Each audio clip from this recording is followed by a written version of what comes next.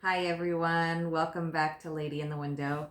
We are starting a series about weeds, and I know that sounds crazy, but foraging is a really neat activity for the kids, for you, for hikes, walks around the neighborhood, your own yard.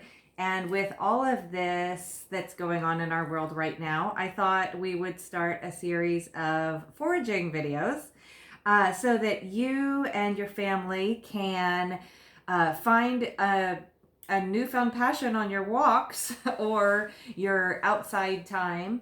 And so, what I'm going to do is I'm going to feature a different plant each week. And that plant we will show you some recipes for and what it looks like and how to forage for it and what to do with it. And these are things that might grow in your yard, or if you are able to get out of the house and take a walk around the neighborhood, or maybe on a hike.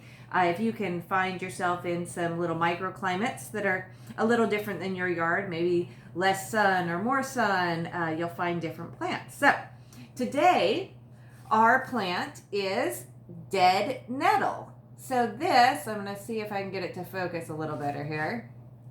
This is a plant that loves to grow kind of in moist soil, usually well drained. It's really cool. I'll put some pictures in the comments of it. And it does look a little bit like henbit, but this is nettle. It is not the same as stinging nettle, but it is the same family. If you take a look at the leaves, you'll see that the shape and the type of leaves is much like mint. It is actually part of the mint family, and the stem is actually square instead of round, which is really cool. I don't know, maybe if I show you the end of it, you can see that, but it is a square stem, which is its distinguishing characteristic, and the entire plant is edible. So now if you just put one of these in your mouth and chew on it, that's fine. It's going to taste pretty earthy, kind of pungent, a little bitter. Some people love it. You can throw it in salads. You can make tea with it. You can do all sorts of things. We'll post up some recipes later this week. But for now, I want to challenge you to send your kids out, see if they can find some dead nettle in your yard. It loves to pop up this time of year. And go ahead and grab it. And what I love to do with it, because it has so many different benefits, is make it, I pick a bunch of it and then I dry it. And the way I dry it, everybody has kind of a different means to do this, but even though the whole plant is edible, I find the stem to be a little bitter. So I just pluck off these little minty leaves, and it's really simple to do. Your kids can do it. You're not going to hurt it by breaking them. It would be just like a mint leaf. You're just going to tear it right off the stem.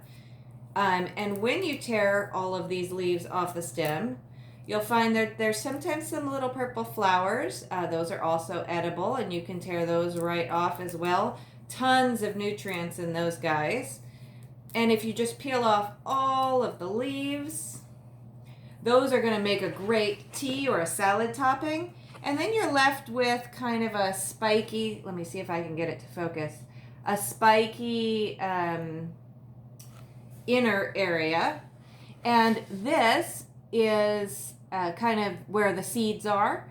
Again, lots of nutrients in here. I like to snap it off at the flowering part and go ahead and get rid of the stem.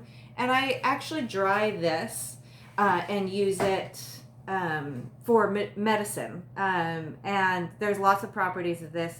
We'll be talking about it all week. So yeah, I just throw it in there with all of my others, and I just keep going. And tonight I was sitting out on my porch under the light of the moon and doing this. It was quite calming and nice, and the weather outside is wonderful right now. So again, I pick off all of the leaves, pop off the flower head, and then all I'm going to do once I'm done is I'm going to dry them. Now I can naturally dry them and just let them air out. I can put them in a dehydrator. But I can also just put the oven on 150, 200 degrees and put these in until they dry out. They'll turn a little brown, which is what you want. The purple turns a little more brown, the green turns a little less brown. So you'll have kind of a multicolored brown mix. And once they're fully dried out, you don't want them to get crispy, but you do want them to be dry because you don't want them to mildew. Then you put them in an airtight container, and those become tea leaves for you later. So again, this is purple nettle, and we look forward to your pictures. Have your kids take a picture, snap a shot, and post it on the video. And we'll be talking more about dead nettle this week.